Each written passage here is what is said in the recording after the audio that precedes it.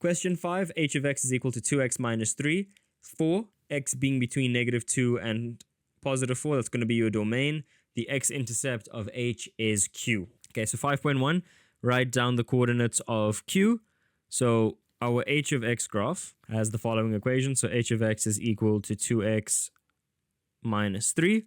And if we want to calculate the coordinates of q, which is an x-intercept, we let y equal 0, and x is going to be equal to 3 over 2. This positive 2x can just stay there for now. That -3 goes over to the left-hand side. Divide both sides by 2, and we're going to get x is equal to 3 over 2. Remember, that -3 will change to a +3. So that's 5.1 sorted. 5.2, write down the domain of the inverse of h. Well, look, as it stands, x is equal to -2 and x is equal to +4. So all we need to do is just sub it into the equation, everybody. So y is equal to 2 minus 2 minus 3, and y is equal to 2, in brackets, +4 minus 3.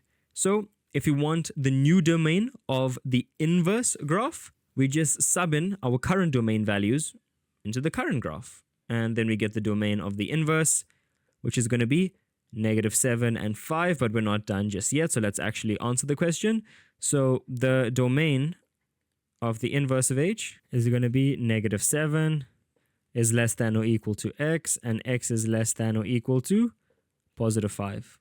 And that's it. 5.3 is going to have the following equation, our inverse graph. So this is our Cartesian plane. So our value here is going to be -7, and our value here is going to be +5. Sorry, let me just speak into the mic a bit more. And our graph is going to look something like that. Okay, remember, this is just indicating our domain. So the line doesn't exist, it's an imaginary dotted line. Okay, and the x-intercept is here, our y-intercept is here. You don't need to mark the x-intercept, but you definitely need to mark the y-intercept, which is going to be 3 over 2. Remember, if our x-intercept is 3 over 2 with our original graph, our inverse graph would have a y-intercept of 3 over 2. So this is 3 over 2. You don't need to mark x. Okay, and last question, 5.4. For which values of x will the original graph and the inverse graph be equal to each other?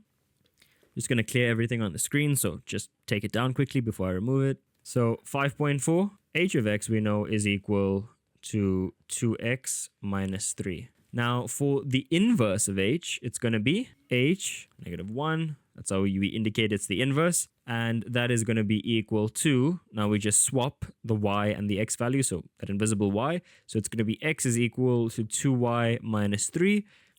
If we get y on its own, we're going to have y equals x plus 3 over 2. So what we need to do now is equate this graph and this graph. So equate 1 and 2. So that's going to be 2x minus 3 is equal to x plus 3 over 2. Just simplify as best you can. So multiply both sides by 2. So 2x times 2 is equal to 4x. Minus 3 times 2 is equal to -6. And x is going to be equal to 3. So that's going to be 4x minus x, which is just 3x. And then 3 plus 9. 9 divided by 3 is just going to be 3. And that's our answer. And that's it.